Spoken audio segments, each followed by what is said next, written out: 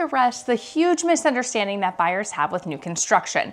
Now, with new construction, you actually have more options than you realize. You have two huge options based, of course, on your timeline and what exactly you're looking for. So let's talk about the difference between a spec home and a new build.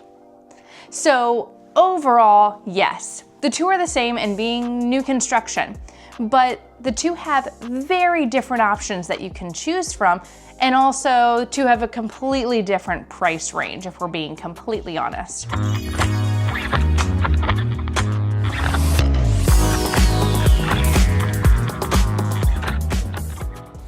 Now let's first break down the spec homes. Now spec homes are ready now homes. They're homes that you could move into between 30 to 90 days from right now.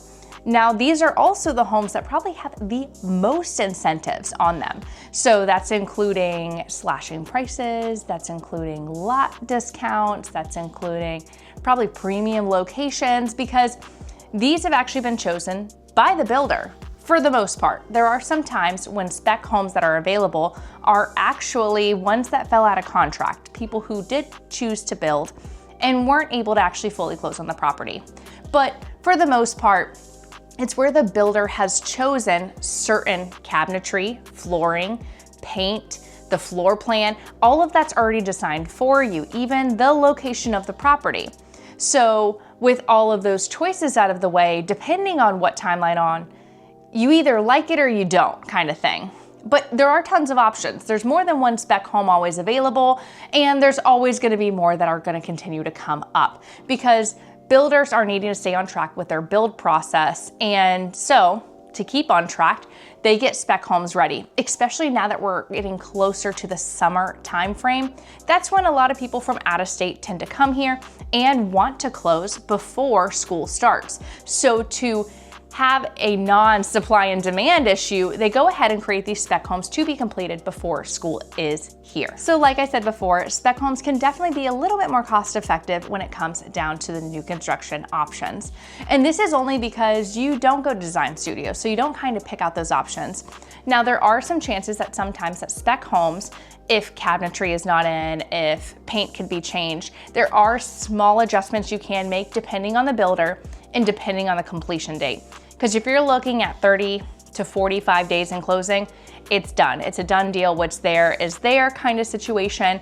But if you're 90 days out, or you're like, okay, I picked a spec home, but it won't be ready for 5 months, 6 months, you still have some options within there that you can possibly negotiate with your new construction. So if you're thinking about building new construction here in St. Johns County, I promise you this channel is definitely the one that you want to subscribe to and the one that you want to follow, because I talk about all the neighborhoods that are available. I'm going to be breaking down the new construction process, and I also have a new construction guide that I'll talk about at the end of the video. This one's one of my favorite, and you guys know I love to build from the ground up with my clients. I have a lot of clients who tend to do the new construction route when you build from the ground up. Now this is where you get to choose everything you want.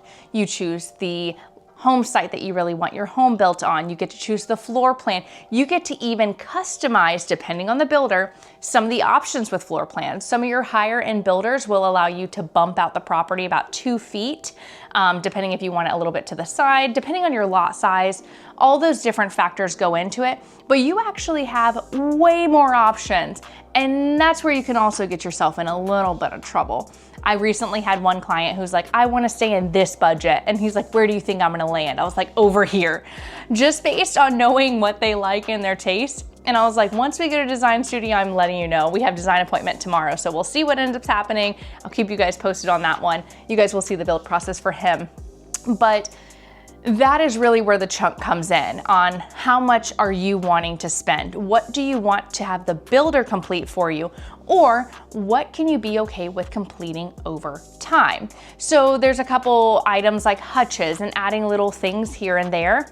Those are things that maybe you might want to do afterwards, get a handyman that's in the area and possibly price out. That's what I tend to do for a lot of my clients. If they have a design appointment, I go ahead and bring a handyman in as well. So then they can also have that quote to compare, because at that point, it's just really based on convenience and not to have to live through construction in your home after you just had your home built and you could already have it done by the builder because it cannot be done prior by a handyman.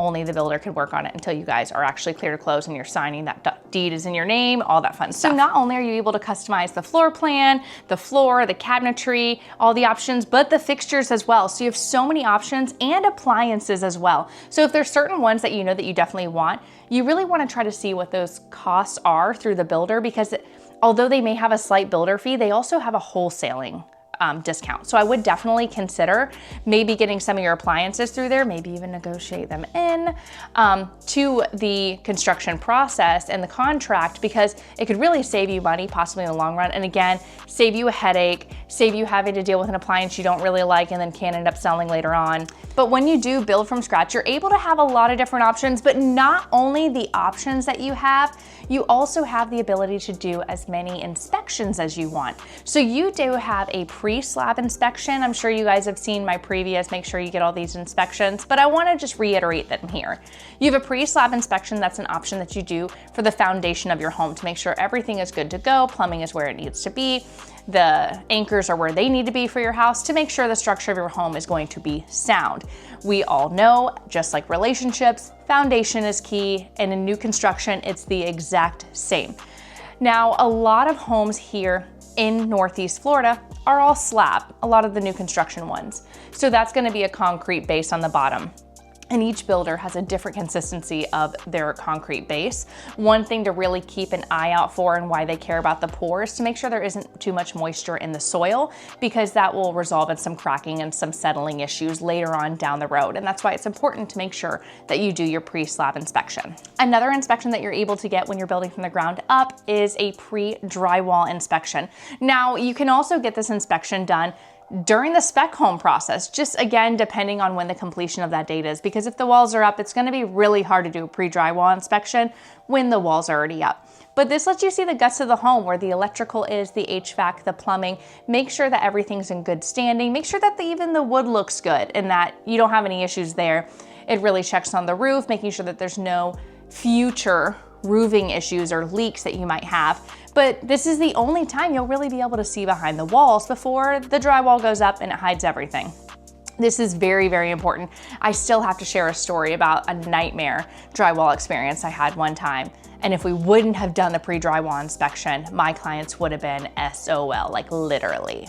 Now, incentives aren't just for spec homes. There are some builders, depending on the time of year, that offer incentives to new construction as well.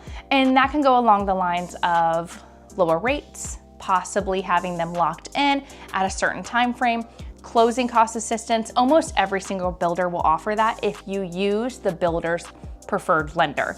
It's almost always guaranteed that they're gonna be offering that, at least about $10,000 towards your closing costs, which is a huge help. But I would always make sure you look at what the closing costs actually add up to, and then also look at a local lender and see and compare. Some other incentives that you may find with builders are lot discounts. So what I mean by that is home sites can be discounted based on when you're putting in the contract and based on the building timeline that they have for themselves. For instance, Nocatee is almost in its final phases. So there are some builders who are offering some really good incentives, but the closer that time frame gets, kind of like contractions, they're gonna start becoming more scarce, more far between to be getting those incentives. Or it may be just the last time rush where they go all in. But overall, with new construction, you're honestly always winning because of the amazing warranties that most builders hold. They hold 1-year warranties, 5-year warranties, 10-year warranties, just depending on the builder that you specifically have. And not to mention the first year having that 1-year warranty for anything, again, most builders, for anything is like literally living rent-free, because you have all these items that can be repaired after you close, which is a huge bonus. What I do advise to do if you have bought new construction before your 1 year is up, I would definitely do 11-month inspection so that you can have some of those items itemized to be able to provide to the builder so you can get those items fixed prior. Because the first year you're really just working out kinks. There'll be a little bit of settling, and some builders will fix such things as drywall cracks, some paint issues, things like that, depending on the builder that you have selected. Now, I'm sure you've been on the edge of your seat waiting to hear about that new construction guide. I've mentioned it in a couple more of my videos, but this breaks down the entire new construction process that helps you fully understand what basically you're getting yourself into. And it does have it all the way from the beginning of the foundation all the way to the close. Because I want to make sure you fully understand whether it's a spec home or a fresh built from the ground up home, I want you to fully understand the process and the journey that your home went on, no matter if you were a part of it or got into it in the middle of it. No matter what you're doing, if you're looking for new construction in St. Johns County, I would be more than happy to show you around the amazing communities that we have to offer and the amazing ones that are still to come. If you have any questions, please comment below and text me or call me if you have any questions in regards to new construction in St. Johns County. So if you're looking for more content on St. Johns County, what it's like living here, and honestly another reason to live here, like and subscribe.